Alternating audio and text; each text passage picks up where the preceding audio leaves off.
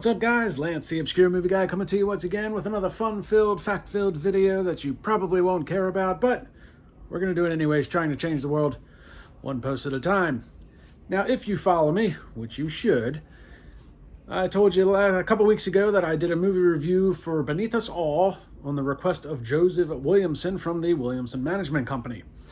And he has since reached back out to me to do another review on another movie of similar nature done by Brett Miller and Harley Wallen. Written by Miller, directed by Wallen. This one is 2022's Ash and Bone.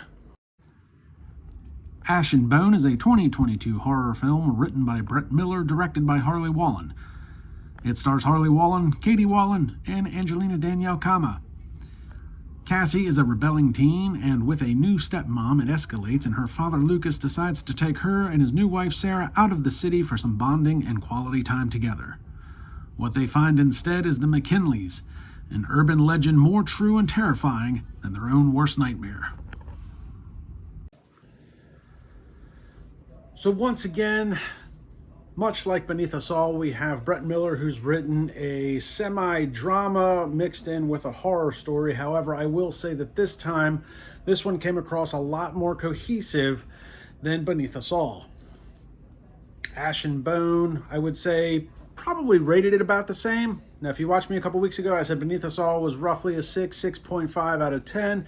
And that's because there was a lot of highs with that film and a lot of lows, kind of averaged it out. Ash and Bone, however, I would say is a solid 6.5 across the board.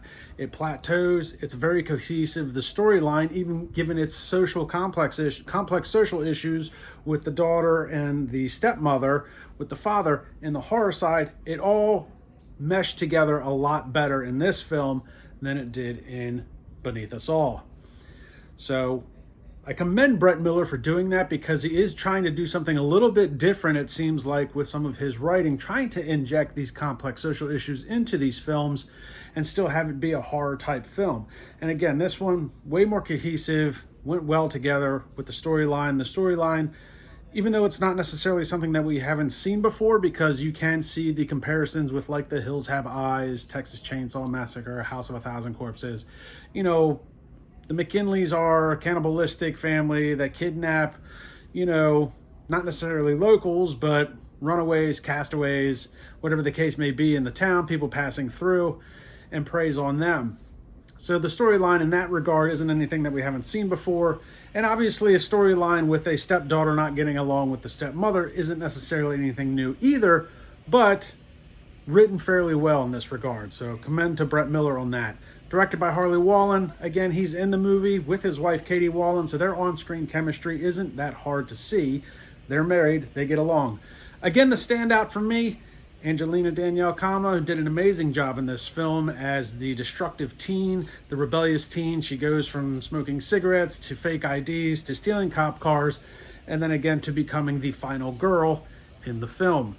I will say that Erica Hovland and Jimmy Doon, the McKinleys, really good acting there. They come off as creepy and gritty and as nasty as you want to come across.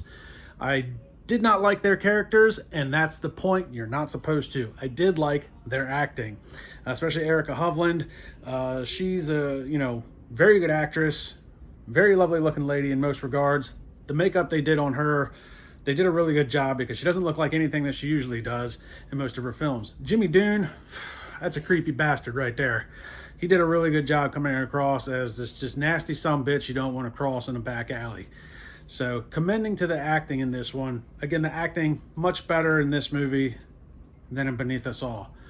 I will say, from a horror standpoint, I think there was a lot of complaints with the people that there wasn't enough blood and gore in this film. And I don't know, horror doesn't always have to be blood and gore.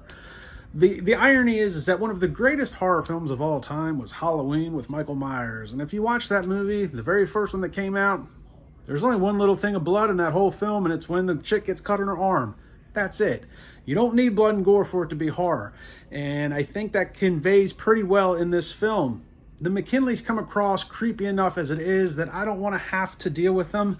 I don't need to see the blood and gore. I'm getting the idea that they're hacking these people up. I'm getting the impression that they're feeding these people to their pigs. That comes across on screen very well. You don't need the blood and gore for that. I will say that there was a sexual assault scene in this movie that felt unneeded and unwarranted. There was little justification for it. It didn't add anything necessarily to the plot. I kind of think Harley Wallen and Brett Miller was just trying to go for some sort of shock value, and it didn't come across very well. It was a reverse gender role type thing that we're don't usually accustomed to seeing with sexual assault. So I think they were just trying to go for something different. It didn't necessarily need to be done. It didn't really add anything to the movie, except for the fact that Erica Hovland comes across as a creepy bitch. But nonetheless, I digress. This movie, not as bad as, I don't want to say not as bad, but way more cohesive than Beneath Us All that I did a couple weeks ago from Harley Wallen and Brett Miller. So I feel like these guys are working pretty well together. They're definitely experimenting and trying different things and seeing what hits and what doesn't. I really feel like Brett Miller and Harley Wallen, writer-director combo right there, they're right on the cusp of making something really, really good. They just haven't quite figured out all the ingredients yet, but when they do, they're going to hit on something really good, and I'm looking forward to seeing what comes down the pipeline from these guys. So that's it for me. Let me know if you guys have seen Ash and Bo in the comments below. Like, subscribe, and comment to the YouTube channel. Check me out on Facebook. Share the video with your friends, and I'll see you guys in the next one.